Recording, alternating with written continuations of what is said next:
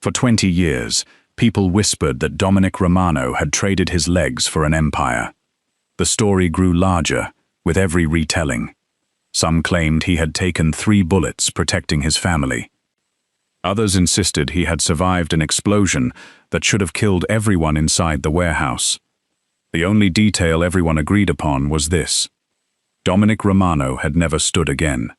Yet somehow, the wheelchair never made him smaller. It made him terrifying.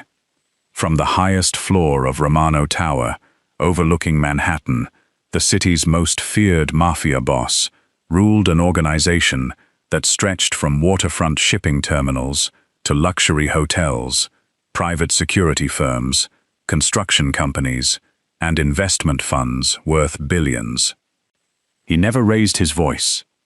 He never needed to. When Dominic quietly instructed a judge to reconsider a ruling, it happened. When corrupt businessmen ignored his warnings, their companies collapsed before the month ended. When rival crime families crossed invisible lines, entire organizations disappeared, without anyone ever finding enough evidence to explain why. Federal investigators called him the Ghost King. His own captains called him something else: the man who never forgives. Every morning followed the same ritual. Marcus DeLuca, Dominic's longtime chief of security, arrived precisely at 6:30. The mansion staff maintained complete silence, while Dominic transferred from his bed into the customized wheelchair that had become an extension of his body for 2 decades. Physical therapists had come and gone. Neurologists had flown in from Europe. Experimental treatments had cost fortunes. Nothing changed. Eventually, everyone stopped asking whether Dominic might recover. Even Dominic himself. The official medical reports were neatly organized inside a private archive. 38 surgeons, hundreds of examinations, thousands of pages. Every conclusion identical. Permanent spinal paralysis. Case closed.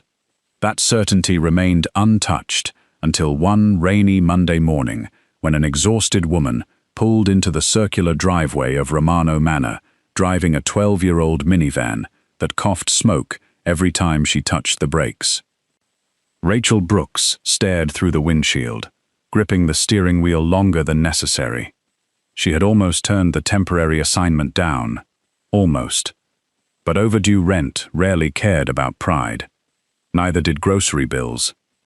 Inside the back seat, her 8-year-old son Noah looked up from the paperback dinosaur book, resting in his lap.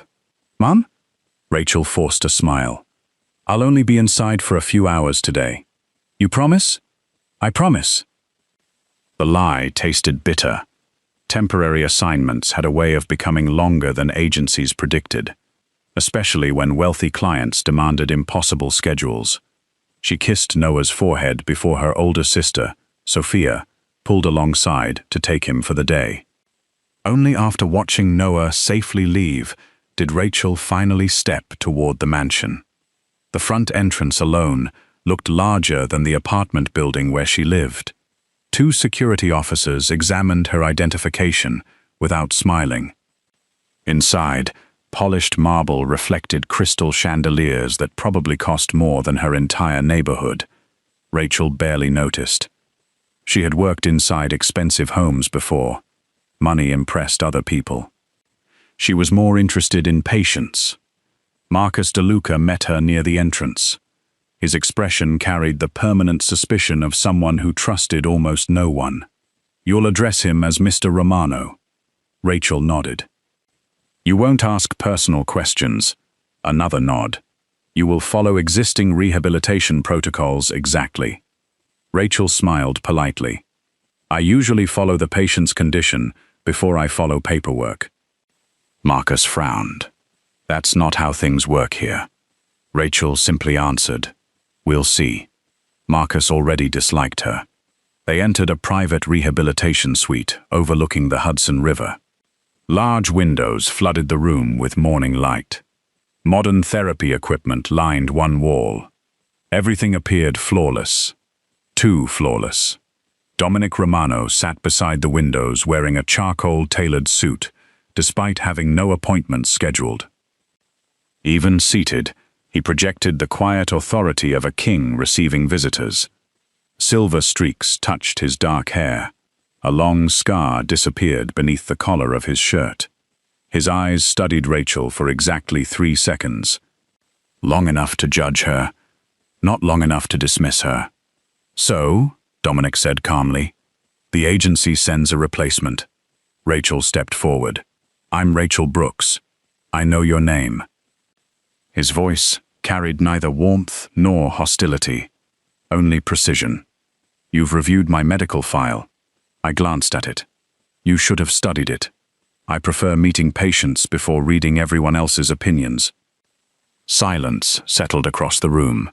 Marcus shifted uneasily. No one spoke to Dominic Romano that way. Dominic finally leaned back slightly. "You think 38 surgeons missed something?" "I don't know. You believe paralysis is easy to misdiagnose?" "I didn't say that." "Then what exactly are you saying?" Rachel walked slowly around his wheelchair, instead of answering immediately. She noticed muscle tone that seemed inconsistent with 2 decades of complete paralysis. His shoulders were extraordinarily strong. His posture remained unusually balanced. His breathing subtly changed whenever he shifted weight. "Interesting. Very interesting." She crouched carefully beside him. "May I?" Dominic gave the slightest nod. Rachel gently examined the old surgical scar that disappeared beneath the edge of his shirt. Her fingertips paused, not on the scar itself, on the muscles surrounding it. She remained silent for several long seconds. The room felt strangely smaller. Marcus watched nervously. Even Dominic seemed mildly curious. Finally, Rachel looked directly into his eyes. Not at his wheelchair, not at his reputation, at him. Then she asked quietly, "Mr. Romano, who convinced you to stop fighting 20 years ago?" Nobody breathed. Marcus stared at her, as if she had just signed her own death warrant. One nurse dropped a clipboard. Dominic didn't answer. He simply looked at Rachel with an expression no one inside the mansion had seen in decades. Confusion. Because for the first time in 20 years, someone hadn't asked whether he could walk again. Someone had asked why he had stopped trying, and somewhere inside the mansion, a man quietly deleted another medical file. He had just realized the wrong caregiver had walked through the front door. No one spoke for several seconds after Rachel's question. The silence inside the rehabilitation suite became almost tangible. Marcus DeLuca instinctively stepped forward, ready to end the session, before the woman said anything even more reckless. Instead, Dominic slowly lifted one hand. Marcus stopped immediately. It was a gesture everyone inside the Romano organization understood. "Leave it." Dominic never removed his eyes from Rachel. "You believe someone convinced me to surrender." Rachel didn't answer immediately. She walked toward the shelves lining the rehabilitation room instead. Every certificate hanging on the wall celebrated another failed attempt. World-famous neurosurgeons, elite rehabilitation hospitals, private clinics in Switzerland, experimental treatment centers in Germany. 20 years of prestigious names. 20 years without progress. She finally turned back. "I believe something doesn't make sense." Dominic's expression remained unreadable. "Explain." Rachel folded her arms. "Your upper body is exceptionally conditioned. I train every day. I know. You've examined many paralysis patients? For 12 years. And? I've also worked with spinal trauma patients." Dominic waited. Rachel continued calmly. "People who truly lose all function for 20 years usually develop movement patterns very different from yours." Marcus frowned. "She's implying the doctors were incompetent." "No." Rachel shook her head.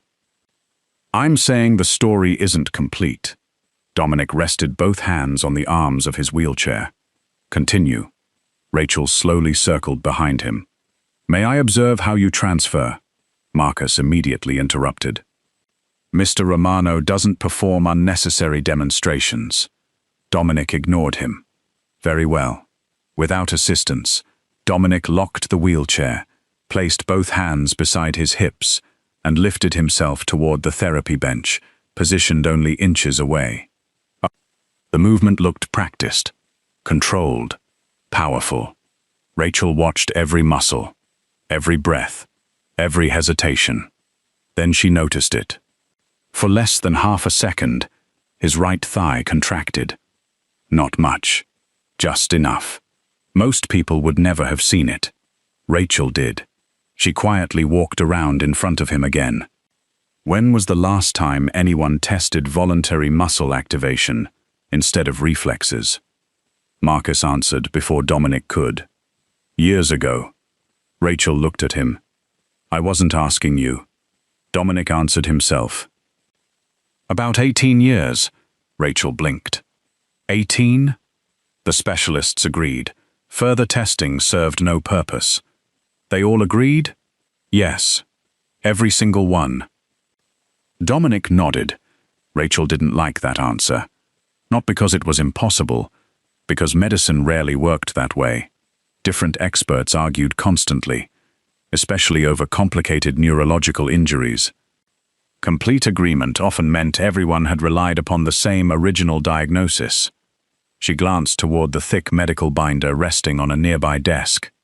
May I review your rehabilitation records? Marcus answered instantly. Absolutely not. Rachel looked toward Dominic. My decision. Dominic studied her quietly. Why? I don't treat paperwork. I treat people.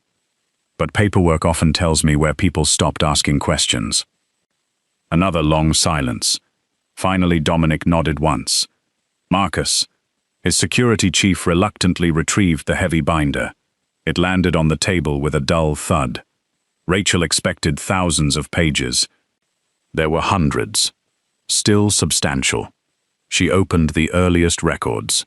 Initial trauma surgery. Emergency stabilization. Neurological evaluations. Imaging reports.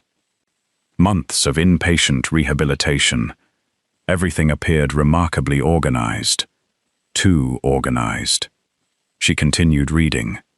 Week after week. Month after month. Then, suddenly, entire sections disappeared. Rachel frowned. Where are years 3 through 6? Marcus answered. Archived. Why separate them? They're old. Rachel looked at him. So are years 1 and 2. Marcus had no answer. Dominic noticed. So where are they? Marcus hesitated. I'll ask Dr. Graves. Rachel slowly closed the binder. No. Both men looked at her. If records disappear before anyone asks for them, someone already knows exactly what I'm looking for. Marcus stiffened. What are you suggesting? I'm suggesting nobody destroys evidence they aren't afraid of. Dominic leaned back thoughtfully. For the first time in years, something resembling curiosity entered his voice. Tell me what else you noticed. Rachel walked toward the exercise machines lining the far wall. Every device showed years of meticulous maintenance, hardly any signs of real use. She picked up a resistance band. What exercises do you perform? Marcus answered again. Upper body strengthening. Rachel ignored him. Dominic spoke. Mostly shoulders. Core? A little. Hip stabilization? No. Weight bearing? No. Standing frame? I stopped years ago. Why? No benefit. Who decided that? My physician. Rachel nodded slowly. And who has been your physician for 20 years? Dr. Leonard Graves. The name lingered in the room. Rachel wrote it down inside the small notebook she carried everywhere. She wasn't making accusations. Not yet. She simply collected patterns, and patterns were beginning to form. Later that afternoon, Rachel left the mansion carrying nothing except her notebook and growing unease. She picked Noah up from Sophia's house. During dinner, her son happily explained how dinosaurs healed broken bones, Rachel smiled. Children believed healing was supposed to happen. Adults often forgot. That night, after Noah fell asleep, Rachel opened her laptop. She searched every publicly available publication written by Dr. Leonard Graves. Awards, research, medical conferences, board certifications. Everything appeared impeccable. Until she noticed one curious detail. 21 years earlier, just months before Dominic's assassination attempt, Dr. Graves had quietly resigned from one of New York's leading spinal rehabilitation hospitals. No public explanation, no farewell interview, no announcement. Simply, gone. Rachel stared at the screen. Coincidence? Maybe. Then another article appeared. A financial report. The Romano Foundation had donated $15 million to a private neurological institute shortly after Dominic became Dr. Graves' exclusive patient. Again, possibly innocent, possibly not. Rachel wrote another note. Follow the money. The next morning, Dominic entered the rehabilitation suite, expecting another routine evaluation. Instead, he found Rachel rearranging every piece of equipment in the room. "What are you doing?" She didn't look up. "Starting over. I didn't authorize changes." "No," she smiled. "But your body might." Dominic raised one eyebrow. "You really believe I can improve after 20 years?" Rachel finally met his eyes. "I honestly don't know." She paused. "But I know one thing. No honest therapist should ever stop asking why." Before Dominic could respond, Marcus rushed into the room. His normally composed face had gone pale. "Boss?" Dominic immediately recognized the look. "What happened?" Marcus swallowed. "The archived rehabilitation records." He stopped. "They're gone. Every box, every document, every file covering the missing years had disappeared overnight." Marcus almost never looked frightened. For more than 25 years, he had survived gang wars, federal raids, assassination attempts, and betrayals that would have broken lesser men. Yet the expression on his face now was something Dominic had seen only once before. "The day his father died. They're all gone," Marcus repeated quietly. The storage room was locked. Security cameras never went offline, but sometime during the night, every rehabilitation file from years 3 through 6 disappeared. Dominic remained silent. His fingers tightened around the armrest of his wheelchair, not out of panic, out of calculation. Someone had known exactly which records Rachel wanted before she had officially requested them. That meant only one thing. Someone inside the estate had been listening. Rachel broke the silence. "Who has access to your medical archives?" Marcus answered automatically. "Myself." "Dr. Graves, the archivist, and you." Rachel nodded. "Anyone else?" Marcus hesitated. "Vincent." Dominic slowly looked toward him. "My cousin." Marcus lowered his eyes. "He oversees family legal affairs."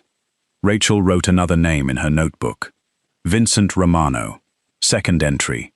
No accusations, only patterns. Dominic looked toward Marcus.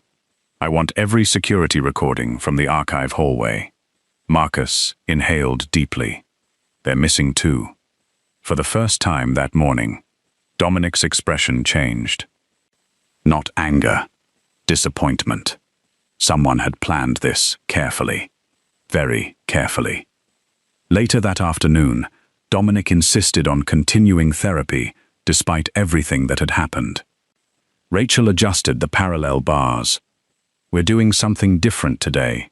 Dominic gave a faint smile. "You've said that every day. And today, I actually need your trust. You haven't earned that yet." "No," she smiled back. "But your body has." Marcus watched nervously from across the room. Rachel wasn't trying to make Dominic walk. Not yet. Instead, she positioned his feet flat against the floor. "Don't move." Dominic obeyed. Close your eyes. He frowned. Why? Because you've spent 20 years watching your legs. I want you to feel them. The room became completely quiet. Rachel gently placed one hand against Dominic's abdomen. The other rested lightly above his knee. I'm going to shift your balance. Do nothing. Don't help me. Don't resist. Just breathe. She slowly leaned his weight forward. 1 inch. Then another. Marcus noticed nothing. Rachel did. A tiny contraction. Deep inside Dominic's hip. Almost invisible. There. Again. Rachel smiled. What? Dominic asked. You compensated. I always compensate. No. You initiated. Dominic opened his eyes. I didn't move.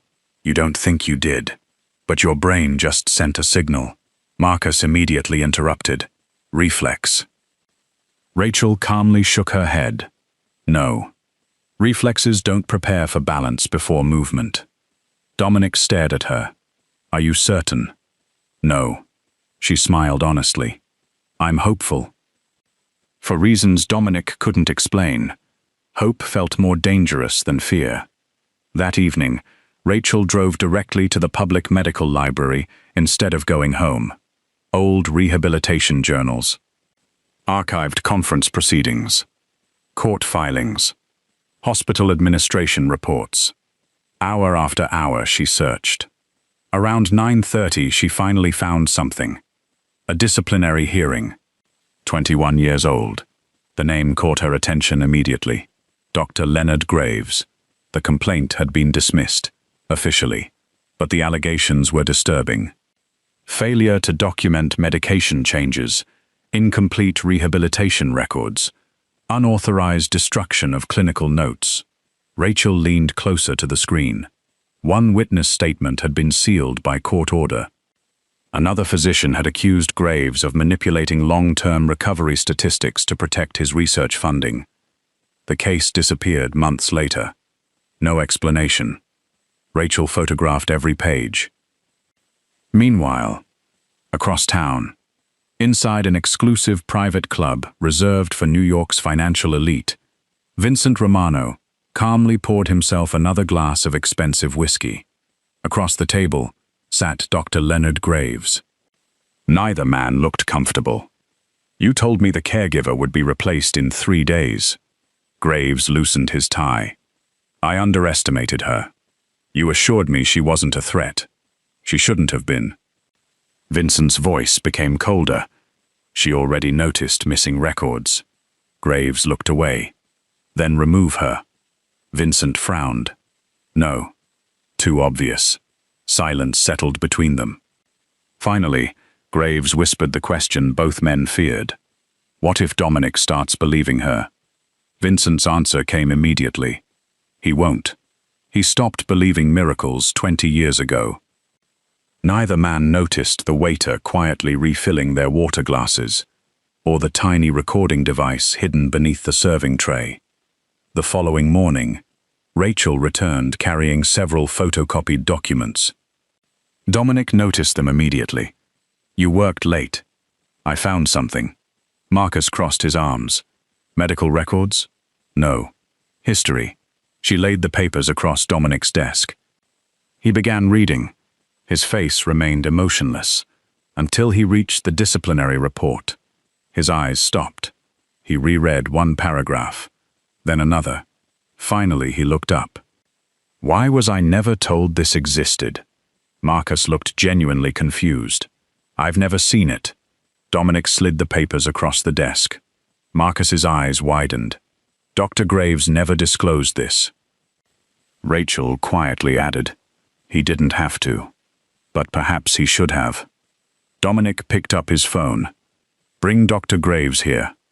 Marcus hesitated. Immediately. Within 45 minutes, the elderly physician entered the mansion. He smiled confidently, until he noticed Rachel. Then the smile faded. Dominic. Graves nodded politely. You wished to see me? Dominic rolled the disciplinary report across the desk. I have a question. Graves barely glanced at the paper. What about? Why didn't you tell me this hearing existed? Graves answered without hesitation. It was politically motivated. You were cleared. I saw no reason to burden you. Rachel quietly spoke. Why were your clinical notes accused of disappearing? Graves slowly turned toward her. I don't discuss confidential matters with temporary staff. Rachel didn't flinch. I'm discussing public court records. The physician's jaw tightened. Dominic noticed. For 20 years, Leonard Graves had always answered immediately. Today, he hesitated, only for a second. But Dominic had built an empire, reading hesitation. He leaned forward. Leonard, when exactly did I stop trying to walk? Graves blinked. What? I asked a simple question. You gradually accepted your condition. No. Dominic's voice remained calm. I asked for a date. The doctor searched his memory, or pretended to. Rachel quietly watched. Marcus watched. Everyone waited. Finally, Graves answered. I don't remember. Dominic slowly leaned back. You attended nearly every rehabilitation session for 20 years. You prescribed every medication. You documented every examination, but you cannot remember when I supposedly gave up. No one spoke. The silence felt heavier than concrete. Graves stood. I think this conversation has become emotional. I'll return another day. He turned toward the door. Dominic never raised his voice. Marcus. The security chief immediately blocked the exit. Graves stopped walking. Dominic looked at the physician who had controlled every aspect of his treatment for 2 decades. Then he quietly asked the question that changed everything. If I authorize an independent neurological evaluation today, what exactly are you afraid they'll find? Dr. Leonard Graves didn't answer. He couldn't, because for the first time in 20 years, Dominic Romano had stopped defending his diagnosis and started investigating it. Dr. Leonard Graves stood motionless. For 20 years, no one had ever questioned his authority inside Romano Manor. Not Dominic, not Marcus, not the dozens of specialists who had quietly accepted his summaries instead of reviewing every original examination themselves.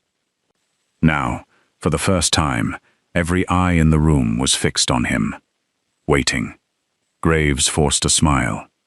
You've become suspicious because of a temporary therapist. Rachel didn't react. Dominic spoke calmly. I've become suspicious because you didn't answer my question. Graves folded his hands. Recovery after catastrophic spinal trauma is emotionally difficult. False hope destroys families. Rachel finally stepped forward. So does a false diagnosis. The physician's composure cracked ever so slightly. You don't understand complex neurology. No, Rachel admitted. I understand rehabilitation. She looked directly at Dominic.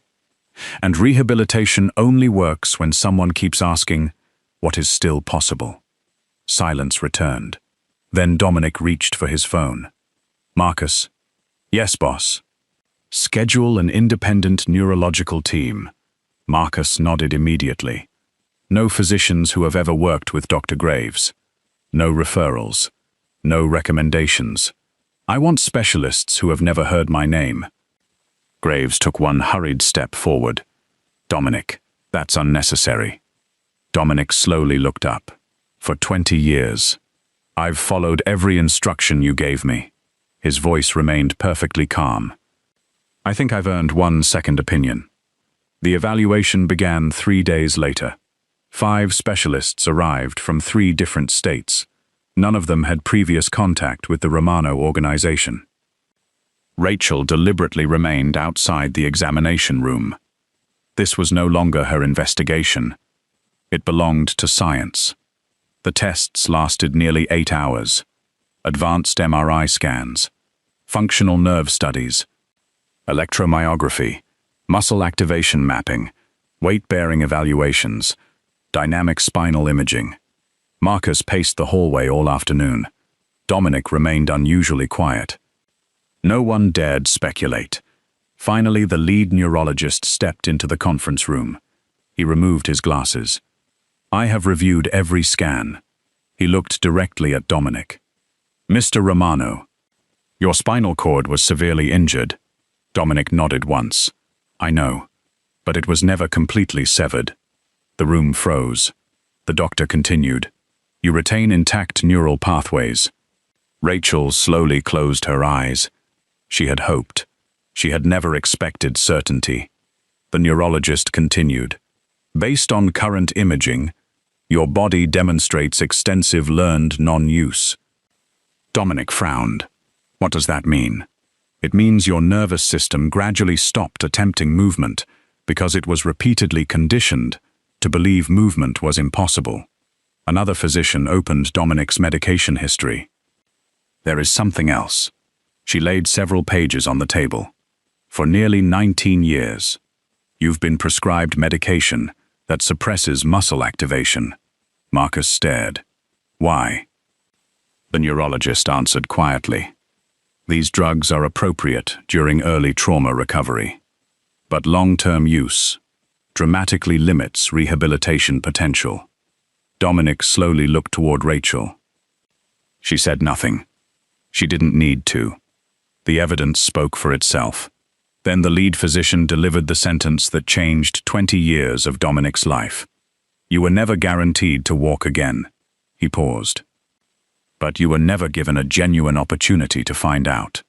That evening, Dominic requested a private meeting.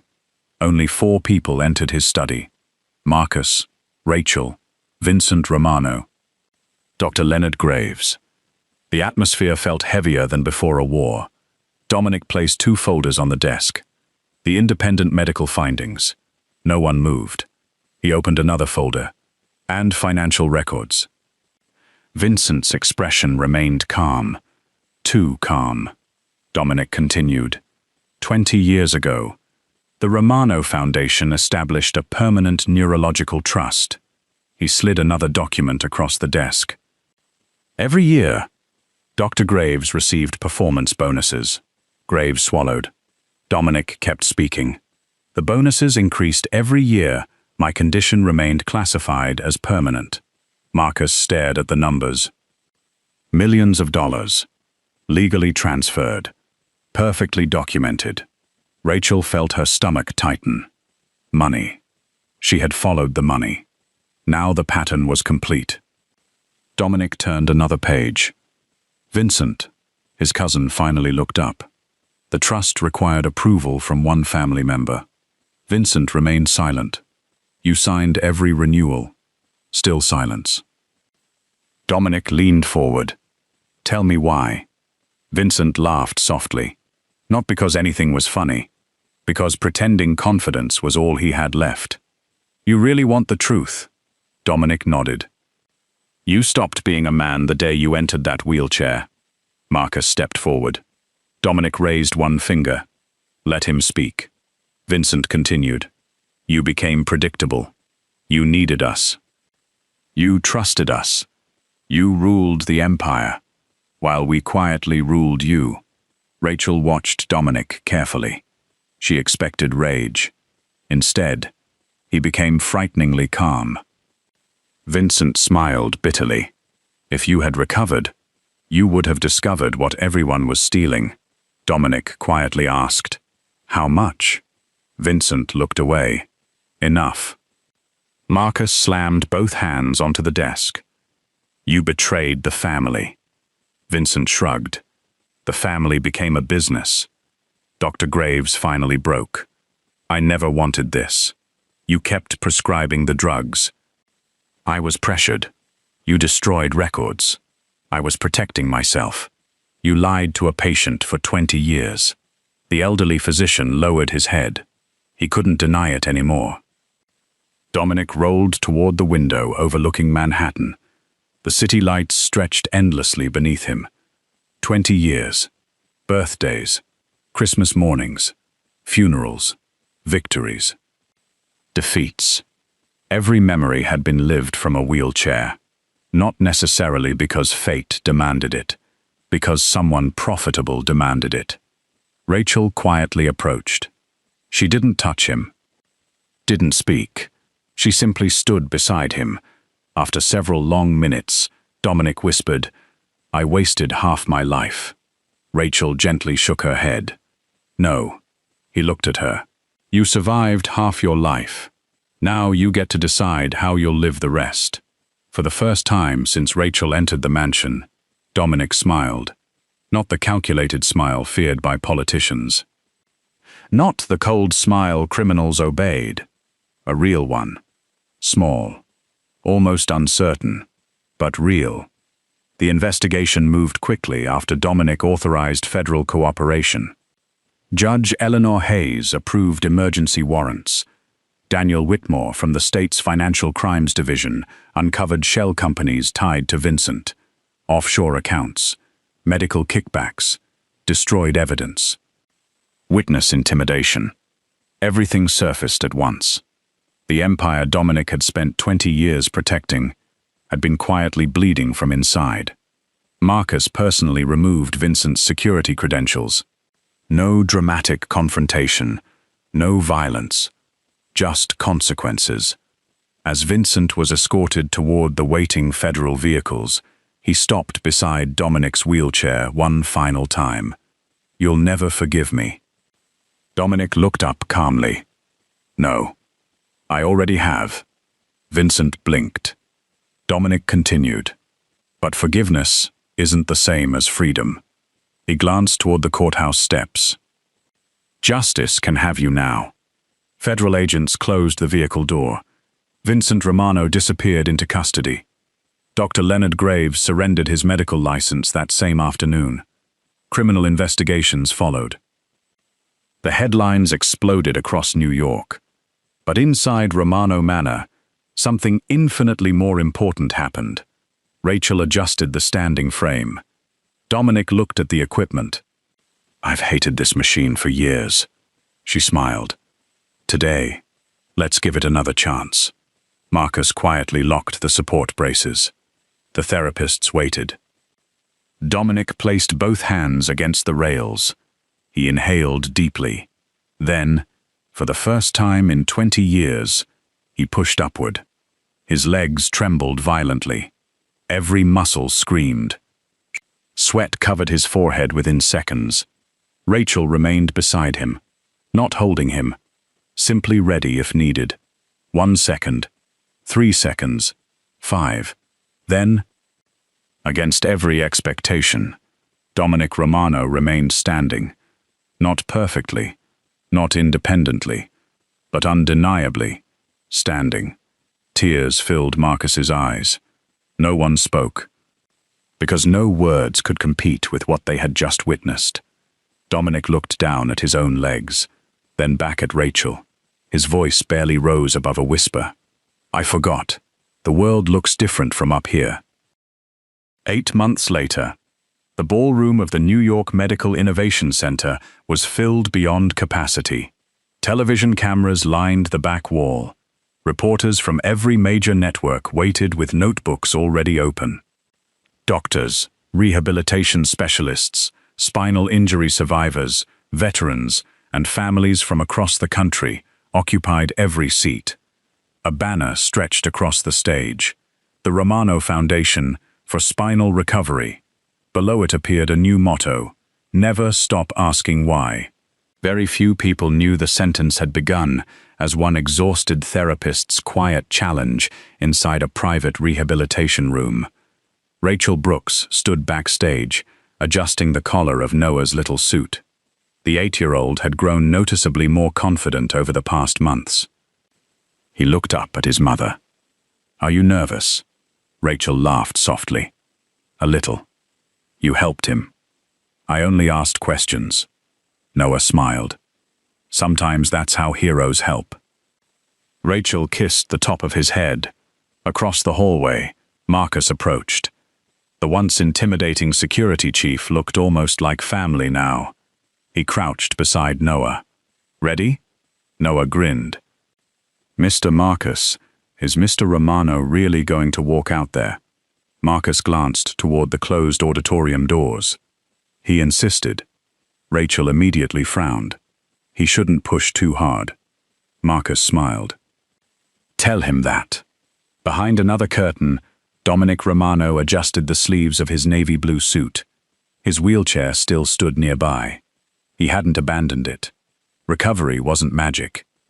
Some days he walked farther than others. Some days his body reminded him 20 years could not be erased in 8 months. But every week, he stood a little longer. Every month, he needed a little less assistance. And every victory belonged to effort instead of illusion. One therapist approached. Mr. Romano, the audience is ready. Dominic nodded. Before moving toward the stage, he looked at the wheelchair beside him. For 20 years, he had believed it represented the end of his future. Now, it simply represented one chapter of his life. Nothing more. He placed one hand on the armrest. Thank you. Then he left it behind. The announcer stepped to the podium. Ladies and gentlemen, please welcome Mr. Dominic Romano. The audience erupted into applause.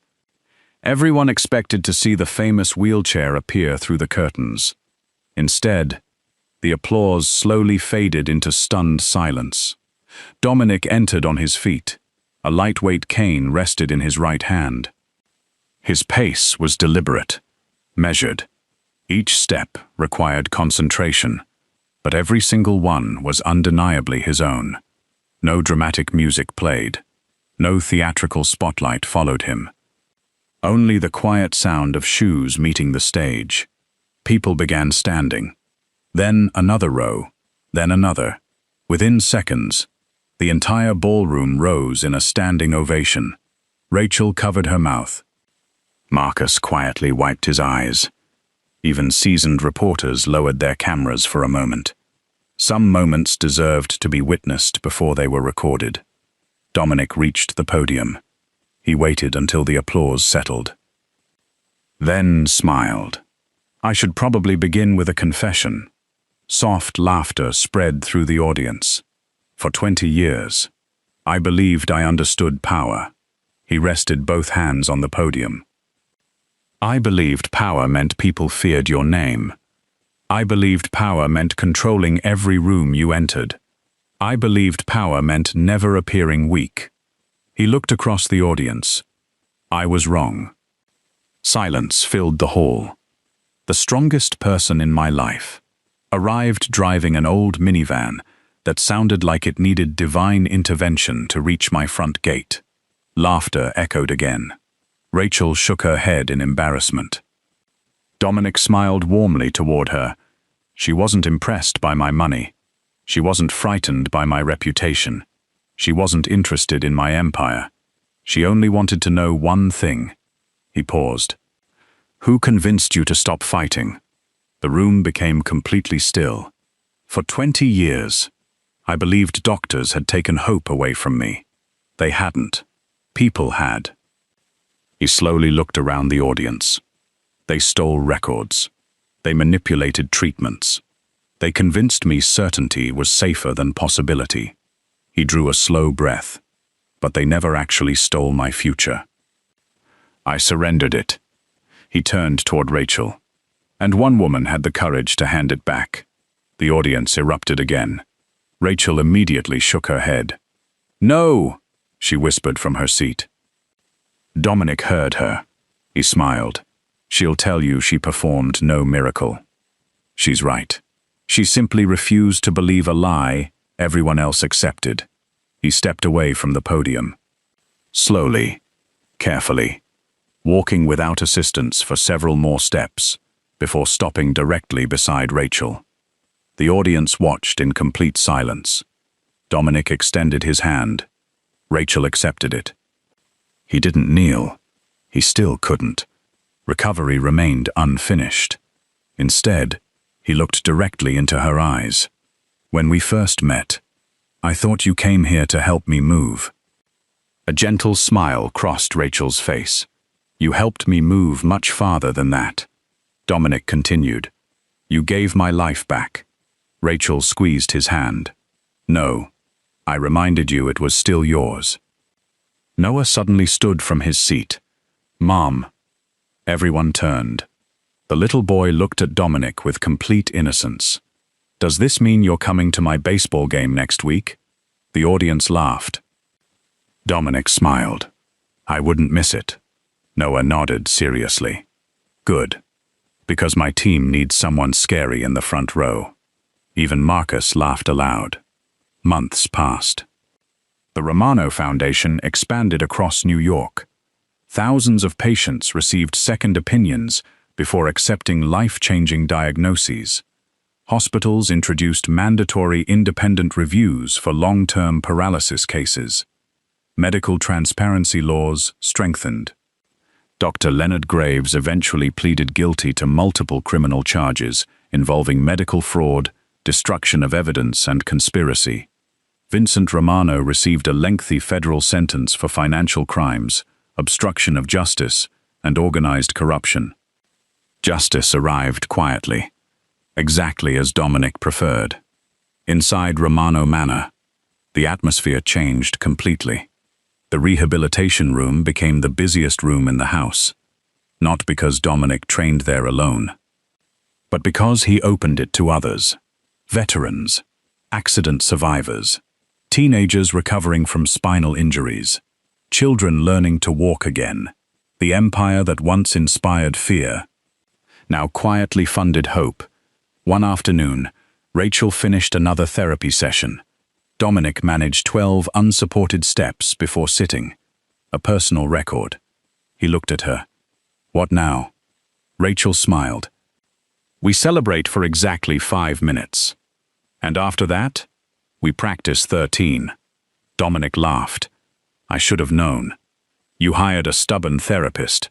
Rachel corrected him gently. No, you trusted one. Outside, Noah raced across the estate lawn, chasing a baseball, while Marcus pretended he couldn't catch him. Their laughter drifted through the open windows. Dominic watched them for a long moment. 20 years earlier, he had believed his story ended with one gunshot. Instead, it had simply paused. Sometimes the greatest prison is not made from steel. Sometimes it is built from certainty, strengthened by fear, and locked by the people we trust most. The key is rarely a miracle. Sometimes it is simply one courageous person, willing to ask the question everyone else stopped asking. If this story reminded you that hope deserves another chance, let us know in the comments.